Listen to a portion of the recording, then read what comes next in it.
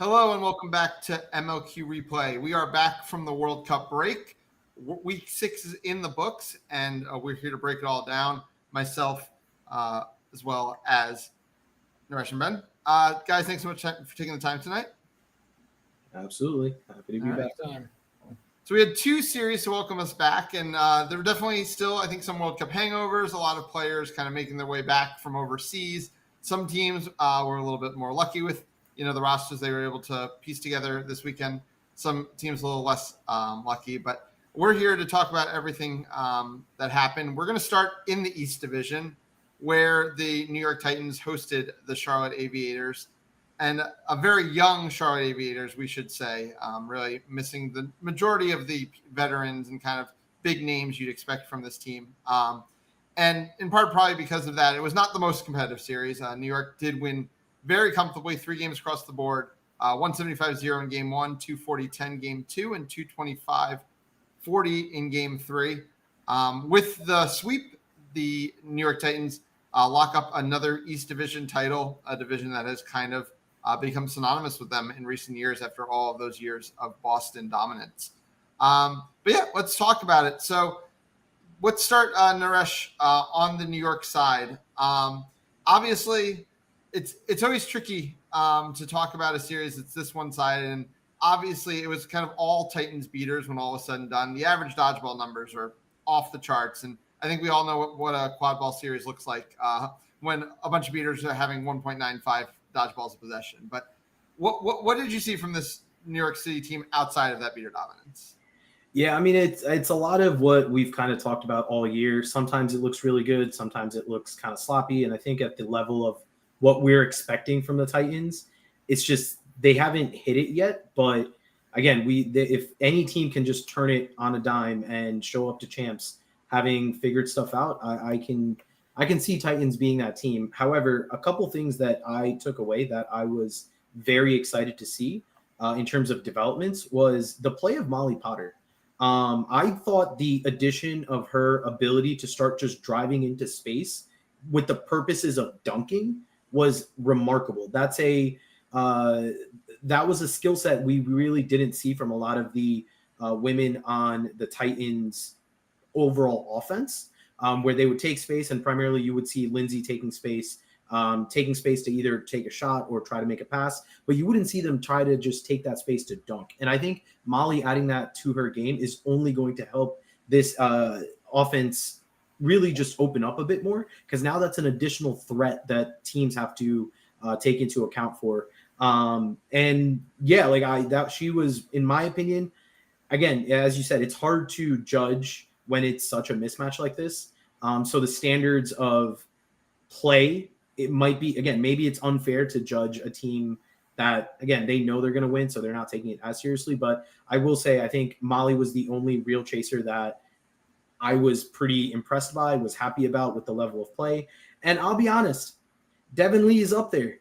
Devin Lee showing up for a minute and a half, putting up 3 goals. And he got me thinking he might be the best chaser Titans got. And I don't know. But no, it's overall, I think they did what they were supposed to do. It was kind of sloppy game 1, fixed it for games 2 and 3. And something else, sorry, real quick, was that I love the fact that they tried different seekers in each game, just to get all of these seekers different reps. Because I think Titans, unlike a lot of teams, have such a deep seeker core, and being able to go about every series or every game and get these players reps at seeker is just only going to do them more. It's only going to help them out in the long run when they potentially go to champs, and then there's different types of flag runners out there.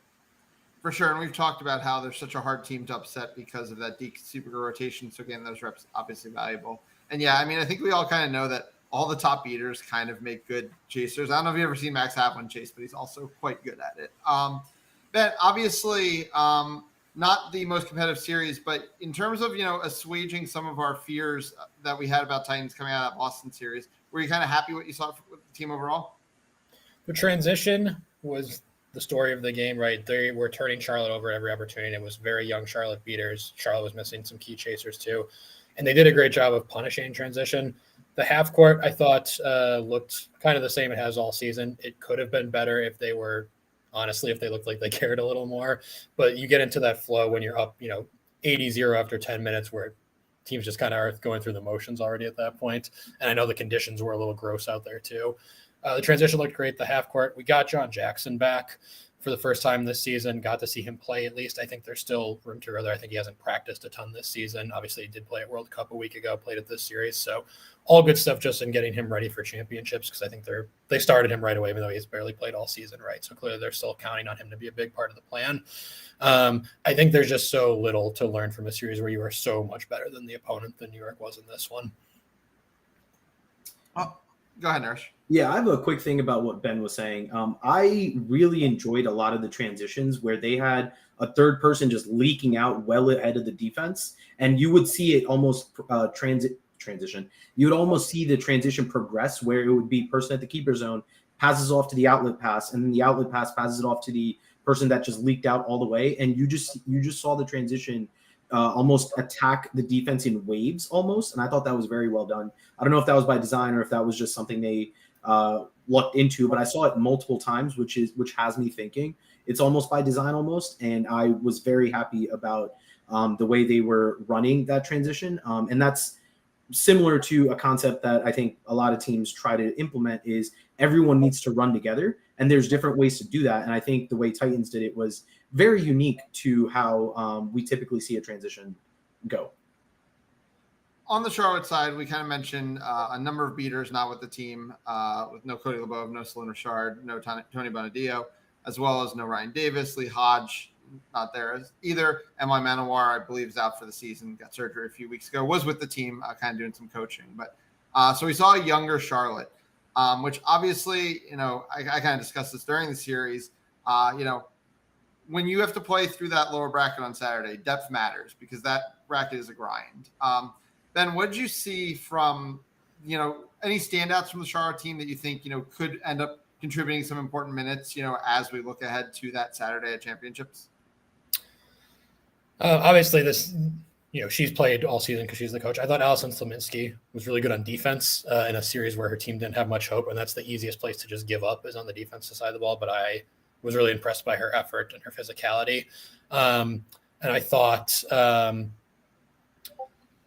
on offense, right, their problem was just they had no one who could break down the initial point of attack from New York. They have a lot of people who are better in those secondary positions. It seemed like everyone had to kind of step up a spot in the hierarchy, right? And that's just kind of why the offense didn't have very much flow.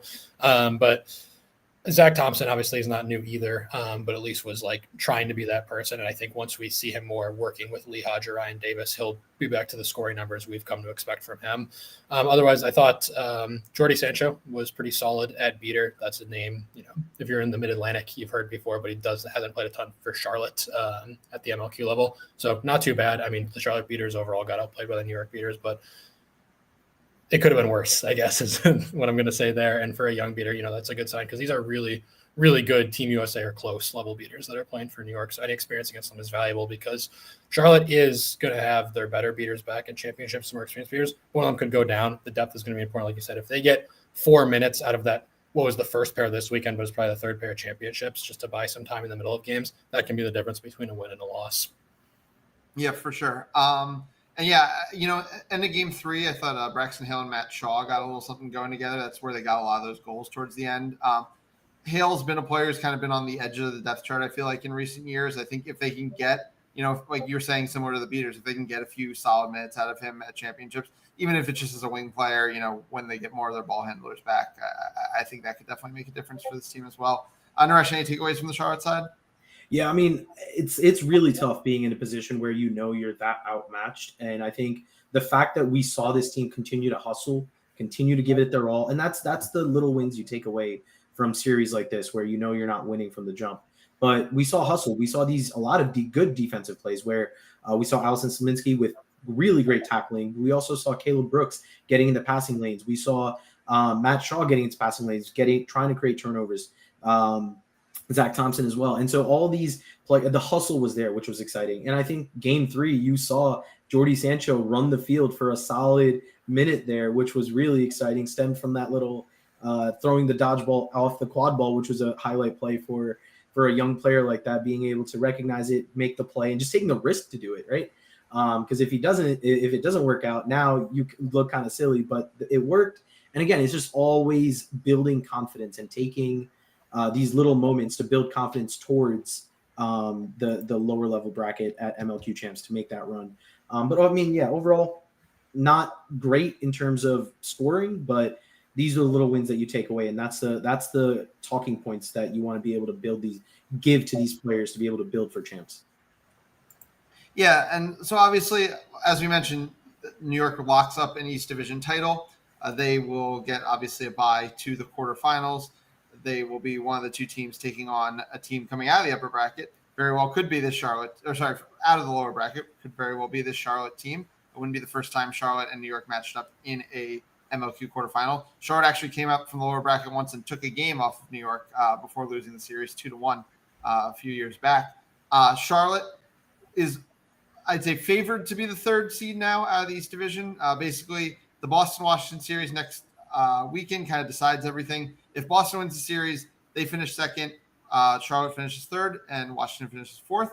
If Washington wins 2 games, they jump Charlotte and jump in the third. If they sweep Boston, Washington can still be the second seed in the division. So a lot to play on. Exciting series that we have coming up next weekend. But yeah, what do you think about this Charlotte team's chances of getting out of the lower bracket come championships, Ben? They're going to be – it depends partly, right, what happens with this Washington series. 3 versus 4 is huge in that lower bracket, getting the bye and things like that. And obviously, no one's going to be looking at the film from this weekend to scout them, but they've been really solid all season. They bring that full roster up to Buffalo. I think they have a great chance to make it out, especially if Boston takes care of business against Washington and Charlotte holds on to the 3 seed. You can get out by just playing 2 games in the lower bracket, which is a huge thing to be able to do. If Cody, LeBeau, Solon Richard, Tony Bonadio play at that level we've seen all season, they should be able to be in all those games, and they have great seeking. It's just this is going to be a really stacked lower bracket, right? Washington was very close to Charlotte in their series, a 2-1 series, and Washington will be better at championships. We are very impressed with how Houston has looked in the South. Detroit and Cleveland are not slouches coming out of the North. I think it's going to be a really competitive bracket, but I think if Charlotte is a 3 seed, they enter as one of the 2 favorites to come out, no question. Sure. And Naresh, how are you feeling about this New York team, amongst the favorites come championship? Yeah, I mean, it's like I said earlier, if they can flip the switch, and they come out executing their game plan, I think they'll be competitive against pretty much anyone. My only concern always goes back to the half court still doesn't look great. And we've talked a lot about how Charlotte was not at full roster and whatnot. If there's still possessions where this New York team isn't getting off clean half courts consistently, that is a problem. Are we going to potentially see the fact that John Jackson hasn't been able to practice as consistently? Because there were moments in that game 1 where it just did not look as crisp, or as not, he doesn't even need to be crisp. We saw balls just being thrown around, and there was no offensive chasers there. So stuff like that, where it's like, is there going to be enough time to be able to fix those type of things? But other than that, I mean, again, would I be surprised if this team comes out at champs and just blows through everyone with the talent that they have? Not really. So we'll see how it goes. For sure. All right. Well, let's bring in our first guest of the night. A member of that New York Titans beating core that had well over, I think, 1.9 average dodgeballs per possession. Christian Barnes. Christian, thanks so much for taking the time tonight. Thank you for having me. So, Christian, I kind of want to talk to you about, you've been around this New York program for quite some time. And obviously it's kind of been a transition from that team that spent all those years playing second fiddle to Boston to the team who has become the dominant force in the East Division. What has that transition been like within the team, the kind of the mindsets and the outlooks? I think to start in the beginning, through a lot of that Boston dominance, I reffed so many of the games. I knew a lot of the players on the New York side, moved into management and then into being a player. So I think what I've seen, both not being a playing member on the team and then coming into it, is that you shift from, I just want to play well and I want to play against a good opponent, into what is my job when I play against different opponents, right? I think one of the things in this Boston New York rivalry that people don't really understand is it's not just during MLQ competing.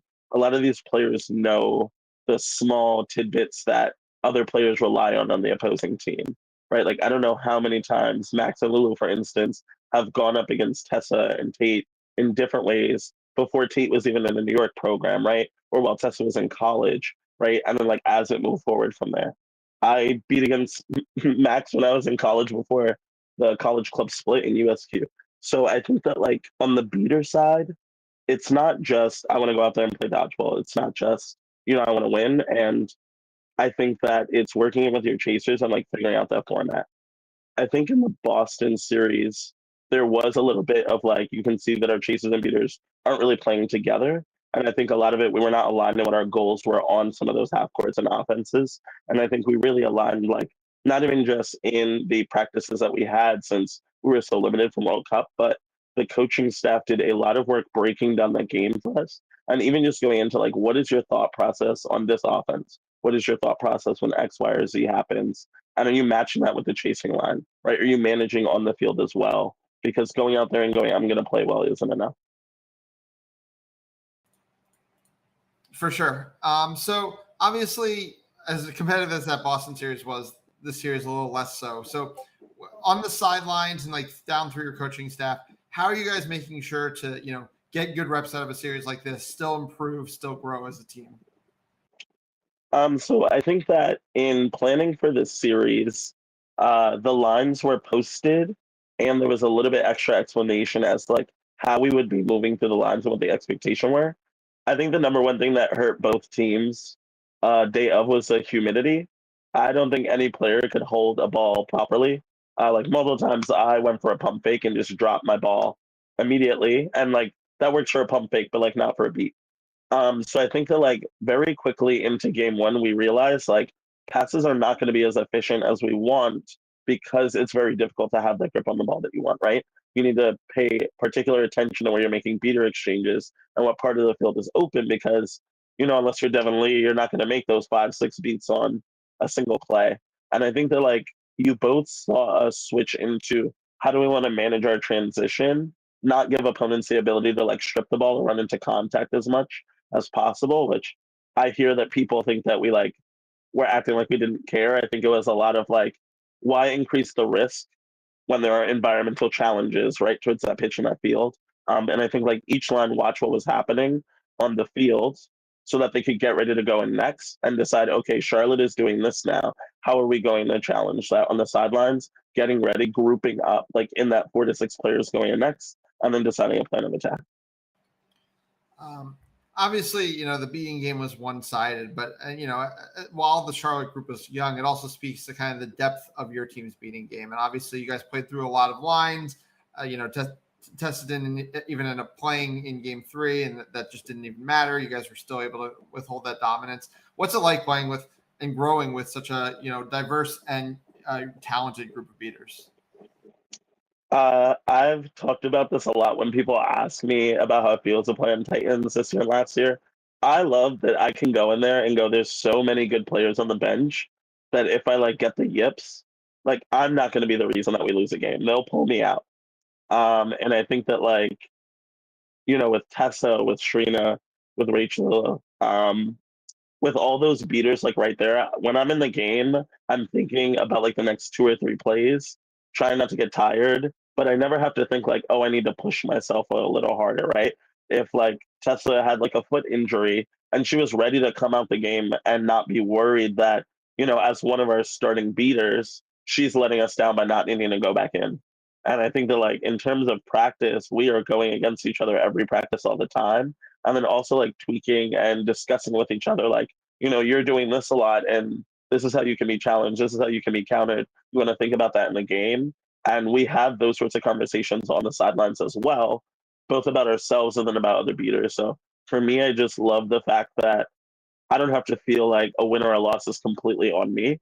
And then from there, when I'm on the sideline, I just ask Jacob, when do you need me to go in? Obviously, you guys finally got over the hurdle and won a title last year, which only the third franchise to do that. Now you guys come in as the defending champs. Has that changed anything about, the vibes around the team or kind of your outlooks going into championships rather than being the team who's been chasing all these years and finally got there? I think yes and no. I think yes in that like we showed up wanting to do the job that we've wanted to do the last 3 years. But I think that the way that the outside sees us has changed. I think that, Titans hasn't been seen as underdogs in a very long time. But I do believe that there is like this higher expectation of the team that sometimes leads to like the way that people talk about the team being affected. And I think that like Jack Levy being added to the coaching staff has been really important in this because he comes in with more of an outsider perspective from Detroit, but understanding the players. And he's really worked on that like emotional maturity, locking in, thinking about like what we're supposed to do. Don't allow like how other people feel or like might talk about you to change that. I think other than that, like when we are at practices a lot, it is not just about, oh, did I score on this rep? It's like, is this a goal that would be a goal at championships? I do think that a lot of injuries affected a lot of our opponents last year. And I do still believe that we would have won, but I think that this chance will be a lot more challenging because we're not seeing that same level of injuries. And now that World Cup is behind us, a lot of people won't have as many major series left for the rest of the season. So I think that people will look a little bit stronger going into chance. Obviously, you don't know what's going to happen like across that bracket, but one of the things that we want to think about is the way we're playing right now something where we can beat all of our opponents at their best? Yeah, for sure. And obviously you kind of get like a month now to kind of prepare and, work on, not only developing your top tiers, but as you mentioned, some of your depth. And you guys were able to play, through some of your depth, both in the quadball game and the chaser game. Anybody jump out and really impress you this weekend? I think that I was really impressed by Shrina on our team. I think that Shrina sits in a place where like she is, I think, the youngest beater on our team other than like Colin Gaines, right? And I think that Colin came from a lot of that experience and that like Chicago prowl and that highly strategic play. And I think Shrina has sort of like moved from Rutgers into the, Warriors program. And the way that they play are very different. And then moving into Titans, she's sort of like had to play with different partners all over the season. And I think that particularly when you're a free beater, that can be really difficult because you're trying to like re-download a new mindset. What I saw from her in the Charlotte game, and I actually saw this a lot from the Charlotte beaters, which I don't know if like people notice as much as like you make decisions based on the situation that you're in. And sometimes like that you're gonna get beat, and it's the difference between like making a toss back and getting stuck there on the field. Right. I saw her trying to talk to her chasers a lot more about like what they wanted to do from an offense, switching off who's covering a chaser and that sort of thing. And I think that like when it's your first series of the season that you've been able to see the field and play, I find that there is that like risk that you're going to go out there and everything in your head is going to go out the window. And I was really excited to see her like get out there and like be really focused and locked in. I think the other person that I was really happy to play with, I play with Vinny Iannucci a good amount. And I don't want to give away too many details, but I really enjoyed the way that we were able to operate our defense depending on the different looks. There was a little bit of a game of chess where I think Charlotte started to figure out some of our defense. They switched up their offense, and then we switched our defense again, like in the middle of two plays, like running back and forth down the field. And I think that like that high level of communication is what is going to win us championships. For sure. Last question. Devin Lee, hat trick game 3. Did you see it coming? Did he outperform your expectations as a chaser? He has not outperformed my expectations, but again, I played against Devin in college. I watched him in the black and white headband. Also, Devin has shown up to try out as a chaser, I think, like the past 3 MLQ seasons. So he goes and stunts on people at the tryout. And then sometimes during a practice, because we have so many beaters, he'll go in and chase. So we know what he can do because he can do that against like a lot of like Lindsay, Leo, John, and Molly. So he's definitely going to be able to do it against any other line out there. Awesome. Well, Christian, thanks so much for taking the time tonight. Best of luck to you and the Titans the rest of the season at championships. Thank you. Thanks for having me. All right. We did have to lose Ben a little early tonight, but I still got Naresh here to talk about our North Division series between Detroit and Chicago. Chicago, in similar fashion to New York, and not to be outdone, is another one of our title favorites. Also dominant winning 145-40 game 1, 205-100 in game 2, and 240-20 in game 3. Just whereas New York is done with its regular season, we've only gotten to see half of Chicago's season so far. We still have their biggest matchup against Minneapolis ahead of us. But it was still good to see them kind of come out and take the reins once again. What did you like about the Chicago performance, Rush?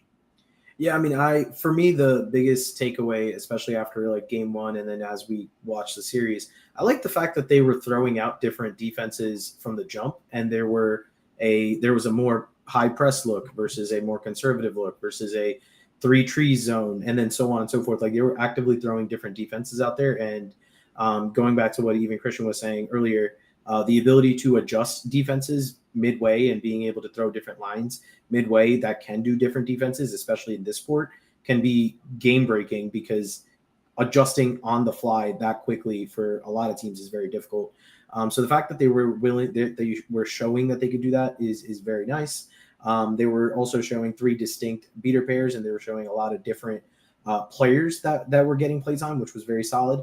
I really like the play, and obviously the loss of Ali Manziel is going to not be ideal for this team, and you can't replace the value that Ali brings to a squad. But someone that I really saw, especially in game 3, was I think their name is Ariana Zhang. I loved the defensive pressure that they were providing. Just absolutely constant motor, and I think that motor and being unafraid is very important skill set to have, especially with the defense they were playing, where they were having the keeper playing in the middle with the non-keeper point defender, just cycling between ball and off ball and just going back and forth. Having a high motor is very important there.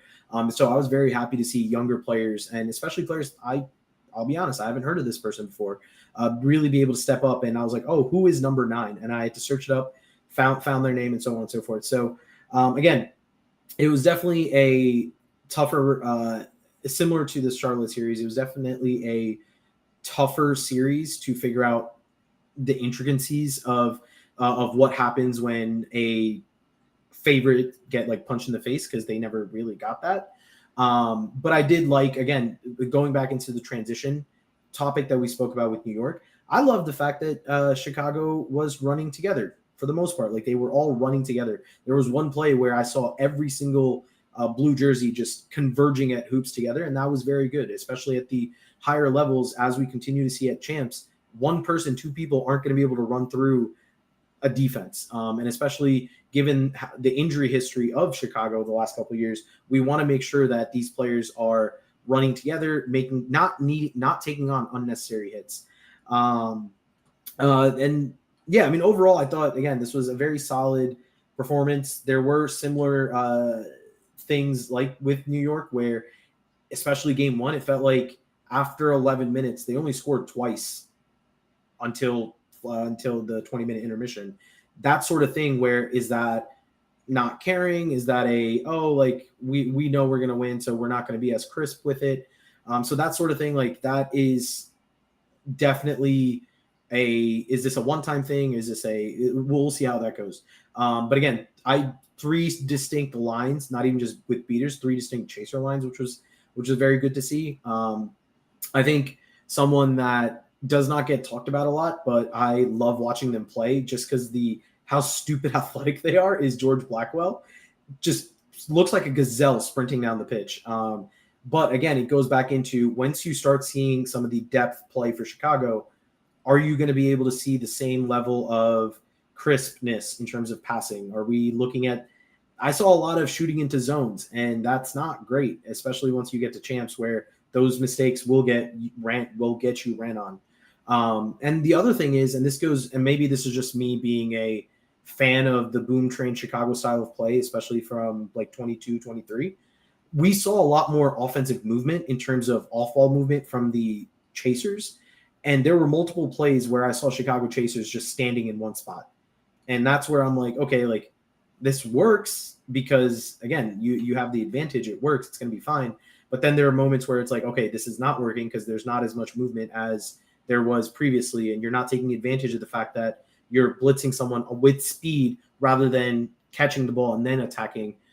So that sort of thing. But that could just be difference of how we view offenses, and I can live with that. But again, that's the same thing. And that's, again, I said it jokingly, but the reason why Devin Lee and most good beaters are good at chasing is because they understand space and they understand the importance of being able to move into that space and occupy that space. And that's where we saw Devin score 2 goals immediately because he was just cutting into space. And I think that sort of skill set is something that we need to bring back. And that's especially for me where we saw Chicago do it. And for some reason, it feels like they've gotten away from it.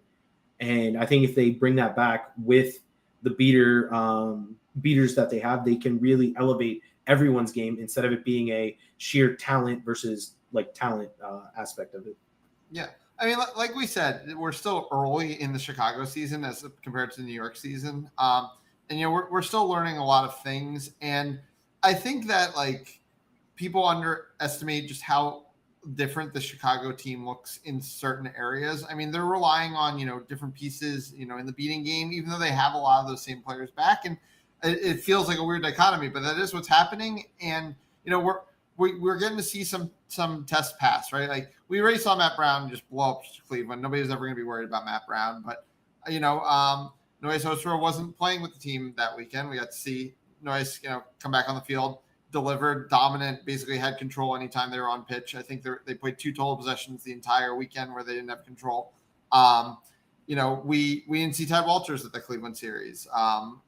Tad came back, but also the people they were playing with. I mean, I thought Sol Alexander had a very strong series. I thought Camilo Rodriguez, who was playing with Walters, had a very strong series. And these are all players that, weren't necessarily part of the formula a year ago and are going to need to be part of the formula come championships. And so it's really good to, see these people taking those steps. And like you mentioned, we basically haven't seen the full version of this team's quad ball lines at any point. I mean, DME has not played for them. Riley was not with the team this weekend, played. I think I just reminded Naresh that DME was not. Yeah, I mean, I forgot about DME. And then I was watching the series. I was like, oh, shit, this team has Justin Cole. That's hilarious. That's very funny. Yeah. But again, this is a team, and we talked about this during the Cleveland series, that got run down by injuries. It's exactly what Christian was just saying in their interview. They got run down by injuries at championships and was not able to put out their best product on the field come the championship match. They seem locked in at not letting that happen again. They're getting so much time all through their depth charts in these regular season series, making sure everybody's ready. And then, they're just going to be able to add these pieces on top of it that I'm sure have been practicing with the team. Maybe, haven't been able to be as present. But, yeah, I mean, I think obviously the sky's the limit. Not a bold thing to say about a team that's been in the championship game on back-to-back years at this point. But, yeah, it should be fun to see. On the Detroit side, I feel like, it's the same melody, different song again, where it's the ideas, they're all there, and they're just like missing just the tiniest bit of execution. And it just, could they just string together a couple more passes on those ideas to like open up a defense? You really see the ideas. I mean, it's credit to their coaching staff, credit to Ryan Sue, who continues to, perform both as a coach and a player for this team. But I don't know if we'll get it in time for championships. I'm optimistic we will, so that they can at least, have a good fight, in the lower bracket. But again, just need those little pieces to come together.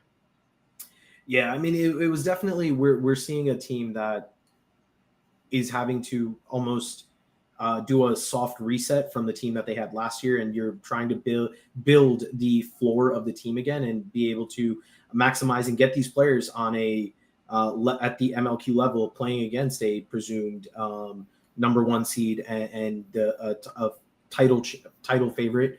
So I think that's definitely a punch in the face for some of the players that might not have experienced it before. But again, similar to what we're talking about with Charlotte, and same thing that you just said, these are the things that you take away from. The constant fight, the constant ability to take the little things will only help serve this team better in the long run, because this is still an extremely young team.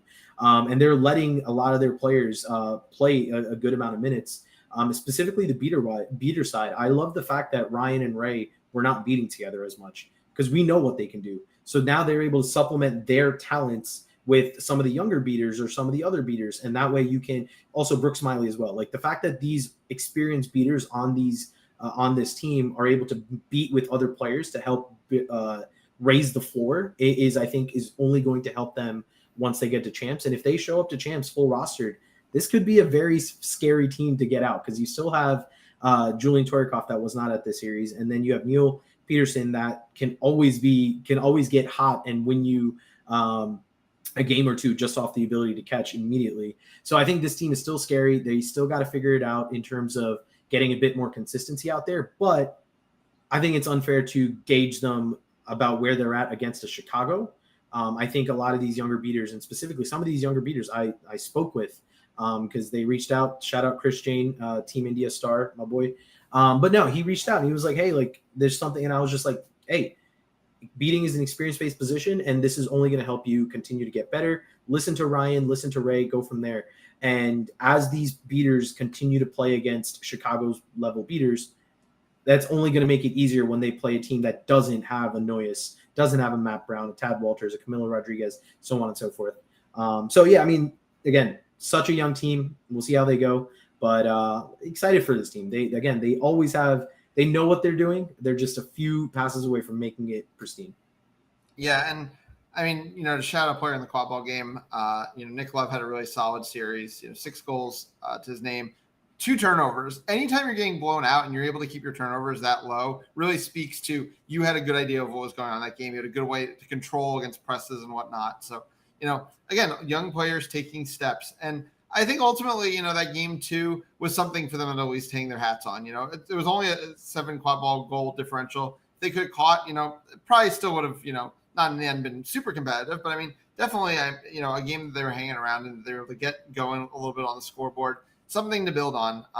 Obviously, this is a team that is, maybe not one of the favorites to come out of the lower bracket on Saturday, but I mean, anytime you have to deal with beaters, of the, class of, Ryan Zhu and Ray Berdor and, Brooks Smiley, and then a player who can get out and run and be physical like a Julian Torikoff, and then have a seeker like Neil Pearson that can catch.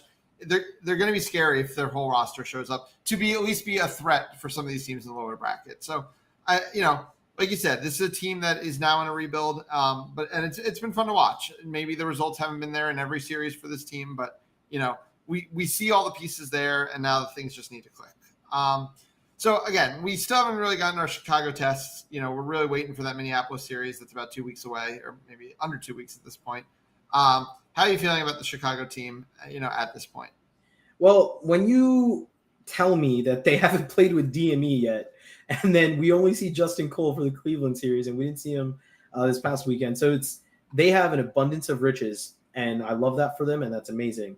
My biggest concern is, again, I said this earlier, the loss of Ali Manzella, and that's her skill set, her impact that she has for this team is undeniable, is unbelievable. So that's where the next couple of weeks, about 25-ish days until champs, that's my question mark for this team about where and how do they replace that production. So Chicago, I think they're still a title favorite. If you were to ask me between the 2 weeks ago after the Boston series, I said it was San Antonio, Chicago, New York. Right now, I think very much it's still San Antonio for me on top, but I have Chicago and New York tied basically, and that's pretty much I think what everyone should be expecting. So we'll see how it goes. It really comes down to the beaters and can they match with what the New York beater set can throw at them. And in my opinion, they're at their best when they can get their chasers involved in the overall game. So that way now the defensive beaters have to make choices between, do I go after Noyes and Matt Brown, or do I go after Nathan Digman and Matthew Troy? Or do I go, like, these are the choices you have to force a defensive beater to make. And I think if they can go back to that style of play where they are forcing a quote unquote better beater core, if you can force them to make decisions and split their attention, I think they'll be in a much better spot and get their advantage. But if they don't do that, and unfortunately, obviously last finals was not completely indicative of what they are as a team because of the injuries, but we saw the Titans beaters run them off the pitch. And so we don't know what team we're going to get. And I think that's where right now it's 50-50. Yeah, for sure. And then just before we get to our interview with Professor Rush, just a checkup. If you were Chicago, and let's say you get to choose to be on San Antonio's side or on New York side today, which side are you choosing? Brother, that is a question. I think I would go New York. I personally just would go New York. I think with what San Antonio has shown, they looked a lot more crisp against a better opponent in Houston than a lot of these other teams have looked. Like, again, we talk about Charlotte not having as many people, but that should mean that New York executed at a high level. And talk as much as you want about Houston not having beaters or whatever, but we didn't see Daniel Williams in that Houston series. We saw Houston depth go up against, we saw San Antonio depth go up against Houston beaters, outplay them at points, but we saw the chasers get involved. And I think for me, that's where the fact that they have it looks like they have a tad more cohesion. I would probably go New York, but however, that would also, I think, mean you were on the Kansas City side, or the second place south side. Yeah, so I think that's where I'd much rather play Kansas City, New York, rather than play Boston, San Antonio. If presumably Boston comes out as the 2 seed, as I think they will. Sure, yeah. So that's, I think, not even just the New York San Antonio aspect of it. I think it's a Boston versus KC aspect of it, and then again, not wanting to get as injured or just be able to put yourself in the best light possible. And I think that's a KC New York bracket, and then we go from there. Yeah, I'm with you. I would also be using a Boston quarterfinal as a tiebreaker if I were making the decision right now. Yeah. Awesome. Well, let's go into our second interview of the night with Beater from the Chicago Prows. Noise, thanks so much for taking the time tonight. Yeah, thanks for having me. So obviously you guys have kind of a slow start to the season, only playing one series, before the World Cup break and kind of this backloaded schedule. What's that allowed the team to accomplish in terms of really kind of all getting on the same page, all kind of developing into a team before you even really got your season started? Yeah, I think before World Cup, we've definitely been practicing a lot, like a lot of different looks on defense, on offense. I think Naresh brought up the fact that our half-court offense looked a little bit shaky, and that's definitely something that we've noticed as well. And so we're really trying to emphasize building that up. Unfortunately, World Cup happened, and we didn't have a practice this past weekend, so it kind of felt like we forgot some of those elements that we were working on, but we're hoping to build it back up for this next Super Series. Obviously, you guys have had two very different rosters for your first two series, and I mean, obviously, you yourself only at the one. Kind of how has that been? Because obviously, that doesn't allow you guys to put out the same lines every week or anything like that. So, how's that kind of been in terms of mixing and matching and finding the lines that are going to work for any given weekend? I think there's a benefit to being able to play with whoever is on the same line as you. I mean, just speaking as a beater, this was my first weekend playing with Seoul, and I've only practiced with them maybe a few times before, just beating together. And so this is our first set of games playing with each other as well.